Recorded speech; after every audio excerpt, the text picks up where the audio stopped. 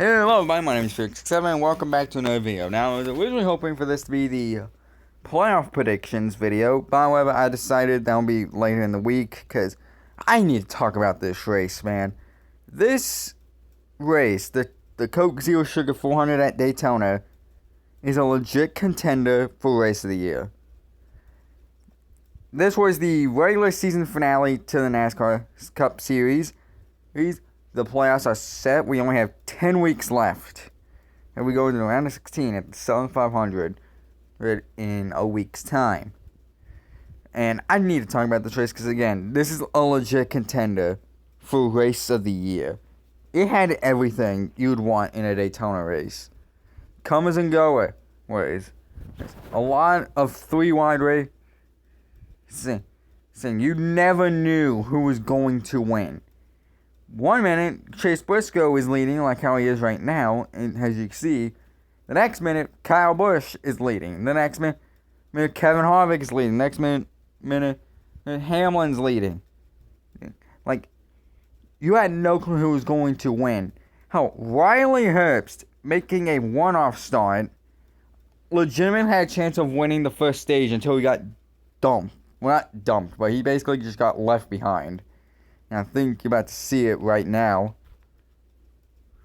Seriously, like, they just completely left him. It made me feel really bad for Herbst because it almost seemed like nobody wanted to be around him.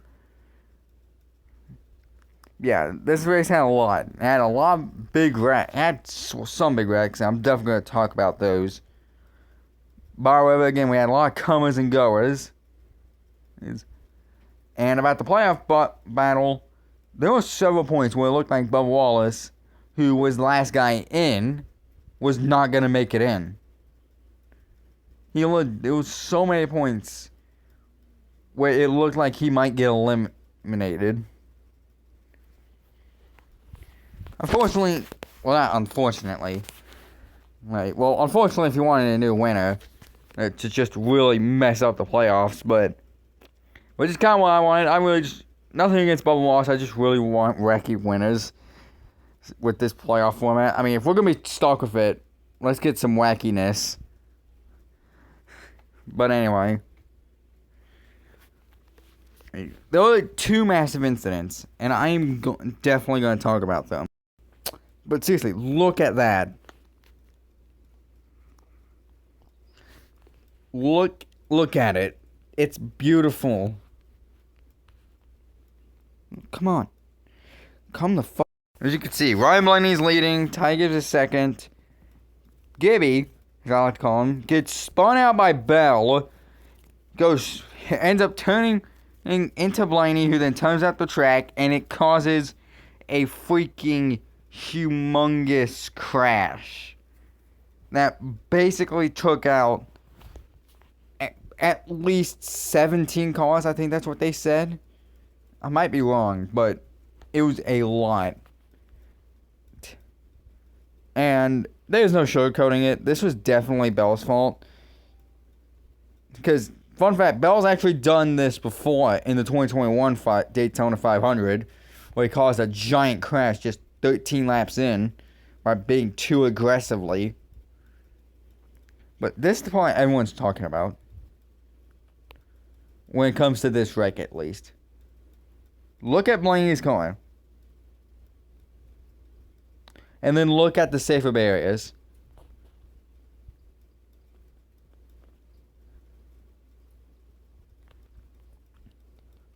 Literally look at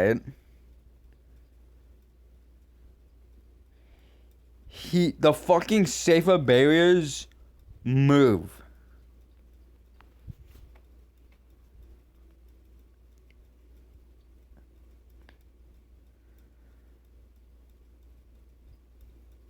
That was scary, honestly. Because you legit thought there was a possible, you do not like seeing safer barriers move like that. Because you don't see it often. You only see it with super hard hits. And that was a super hard hit. Like, it was scary. Almost. Well, almost. Actually, it was scary. But it was not as scary as what the fuck would happen with just 5 to go. Now for Harvick. Oh, and around goes a couple guys. Priest upside down. He's barrel rolling through the grass. Ryan Priest upside down in the Ryan Priest went barrel rolling down the backstretch and in the infield. This was no joke. Probably the scariest moment of not just the race, but it's probably the scariest moment of the entire season. Because we have, in the almost 2 years we've been racing this next gen car, we have never seen we've seen a couple flips, but we've not seen a flip, let alone a crash, quite like this. And literally everybody was mentioning how it looked exactly like Davey Allison's flip at Pocono in 1992, Elliott Sadler's flip at Talladega in 2003. Like, this legit looked like a crash you would see back in the old Gen 4 days. And there have been people who have died from crashes like that. Now, thankfully, we're not in that era anymore. So, I mean, if there's one thing we can give this next-gen car is that at least it's not killing people. But look at this. Look how much air it gets. It's scary whenever wrecks like that happen. And that's basically the thing everyone's been talking about. No one's talking about the winner, Chris Buescher, mainly because, well, he already won in this year. No one's really talking about Bubba Wallace making it in. Well, people are, but not nearly as much as they're talking about this Priest wreck, which legitimately looked like, if this was like the late 90s, that would have potentially been fatal. But thankfully, Priest is okay. I mean, he did have to go to a hospital shortly after he got sent to the nearby Halifax Medical Center. But however, he was okay, and I found out earlier this morning that he was actually sent off home. So, Priest is going to be okay, and as it's looking like he's likely going to be racing next week. And that's really all that matters, is that Priest is okay. But yeah, besides that, this was a freaking fantastic race. Although again, I wish there was either a wacky winner or that Harvick won.